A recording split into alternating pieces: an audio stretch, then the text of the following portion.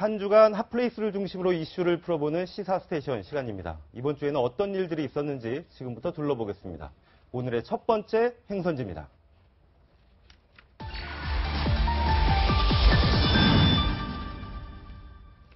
네, 오늘의 첫 번째 행선지는 세월호가 있는 목포역이었습니다. 대선이 정확히 30일 하고도 하루 앞으로 다가왔는데요.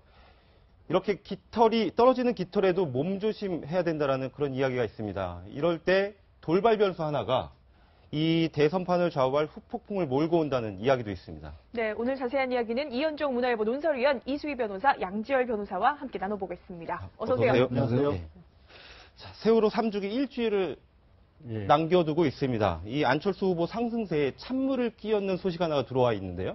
그러게 그 찬물을 끼얹을지도 모르는 그런 소식인데 7일이었죠. 박지원 대표하고 한 30여 명 정도 이제 목포시 관계자분들이 이 세월호가 지금 목포 신항에 도착을 해서 이제 육지로 옮기는 작업을 하고 있지 않습니까? 그 현황 파악을 하기 위해서 목포 신항을 찾았는데 박 대표가 이제 뭐 관계자들 만나서 설명을 듣고 있는 사이에 목포시의원 세 사람이 지금 보시는 것처럼 기념 촬영을 했던 겁니다. 그러니까 저 모습을 보고 가족들은 굉장히 이제 너무나 놀랬고 이게 어찌된 일이냐 하면서 일종의 항의도 했었는데 그럼에도 불구하고 뭐 인증샷이라고 해야 될까요? 이렇게 기념사진을 찍는 바람에 지금 이제 사단이 벌어진 거죠.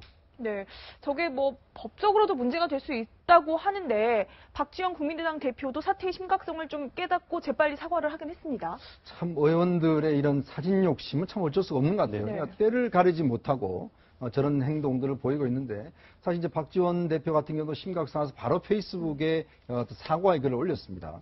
사실 그 목포 지금 신항에서 도착해 있는 세월호가 지금 육상으로 아직까지 못 올라오고 있지 않습니까? 그래서 지금 일단 미수습 가족들 같은 경우는 좀 애를 태우고 있습니다. 언제까지 지금 현재 안에 있는 또 유해가 있을지도 모르고 사실 유가족들이 지금 모여서 지금 저기 어떤 그 구조에 상당히 이제 그 심혈을 기울이고 있는데 이제 그런 상황에서 저 갔던 도의원들, 시의원들이 저렇게 앞에서 사진을 찍고 하는 행태는 뭐 지난 예전에도 저런 행위들이 많아서 사실 많은 비난을 받았었죠. 그러면 본다면 도대체 본인들이 어디가 있는지 왜 가 있는지 이런 문제에 대해서 모르고 결국 저렇게 가서 이제 사진을 찍는 행위를 통해서 유가족들의 상당히 어떤 분노를 자아내게 만들었습니다. 근데 지금 저게 단순히 세월호 유가족들의 그 마음을 좀 아프게 하는 행위일 뿐만이 아니라 사실 저기서 사진 찍는 것도 보안시설이지 않습니까? 목포 신항 같은 경우에는.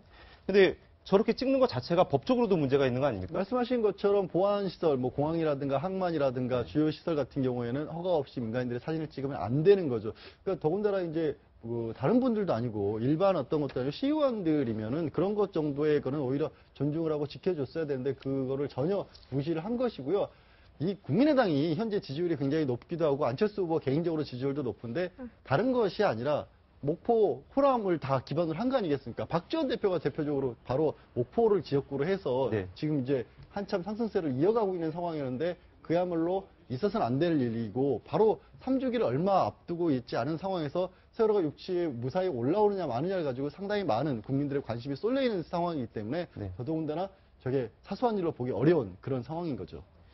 네, 이현종 의원님. 이 대선을 앞두고 있는 상황, 특히 선거를 앞두고 있는 상황에서 이렇게 부적절한 행동 또는 실언 이런 것들이 선거판의 악재로 돌아오는 경우들이 좀 있었습니다. 그렇죠. 이 대선이나 총선 같은 큰 선거가 있으면 이런 하나의 일탈 행위 자체가 선거판을 상당히 좌지우지할 수가 있어요. 왜냐하면 이 선거전이라는 게 결국 1, 2%의 싸움이거든요. 그렇다 보면 마지막 어떤 부동층들에서는 표의 쏠림 현상들 이런 것들이 있는데 아주 저런 것들이 하나의 크게 좌우할 수가 있는데 단적인 예로 이제 2004년이죠. 그때 총선 당시에 정동영 당시 열린우리당 당의장 같은 경우에 그러니까 노인 폄훼 발언을 한번 한 적이 있지 않습니까?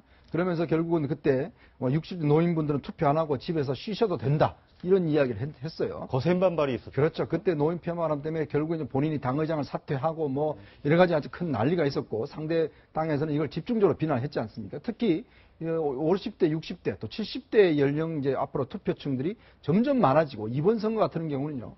50, 60대가 전체 투표 인구의 1,000만이 넘어갑니다. 그러니까 이분들 같은 경우는 굉장히 투표율도 높아요. 이제 그러다 보니까 이 투표를 좌지우지할 수가 있고 그 다음에도 보면은 뭐 지난 2012년 대선 때 그 유명한 일화가 있죠. 김용민 씨 같은 경우에 그때 뭐 서울 지하철역에 엘리베이터를 다 없애야 된다. 뭐 이런 이야기를 하면서 결국 이 발언 자체가 보면 또 노인 폄훼 반응이 이어지고 그러니까 결국은 표밭이 많은데 이런 데 어떤 직접 연결시킬 수 있는 발언들. 사실 지금 대선이 한 달 딱 남았지 않습니까? 네. 이런 상황에서 혹시나 발언의 실수라든지 또 여러 가지 지금 어떤 잘못된 일이라든지 이런 게 하나 벌어지면 지지율에서 상당히 영향을 받을 수가 있습니다. 그래서 각 당에서 의원들한테 정말 조심시키고 있는 그런 상황이죠. 네.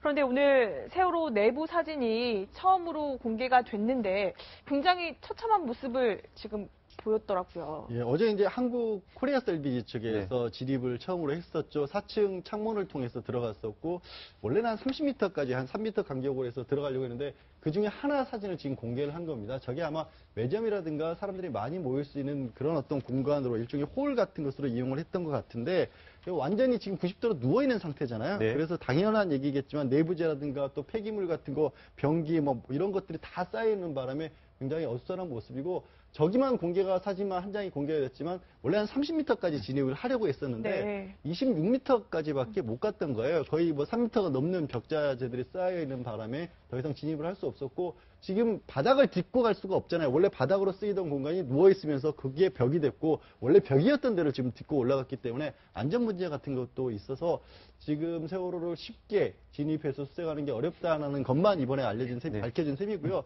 그래서 결국에 육상으로 옮긴 다음에 이제 우연 쪽에 그물 같은 걸 친 다음에 일종의 안전 설비를 하는 거죠. 그 다음에 좀 뭐 이렇게 매달려서 들어간다 이런 여러 가지 방법들을 찾아봐야 될 것으로 보입니다. 네, 바로 다음 주입니다. 이게 4월 16일이면 세월호 참사가 일어난 지 3주기가 되는데 네. 그 3주기가 있기 전에 육상 고치를 하려고 안간힘을 쓰고 있습니다. 빨리 이런 상황이 정리됐으면 저희도 바라겠습니다.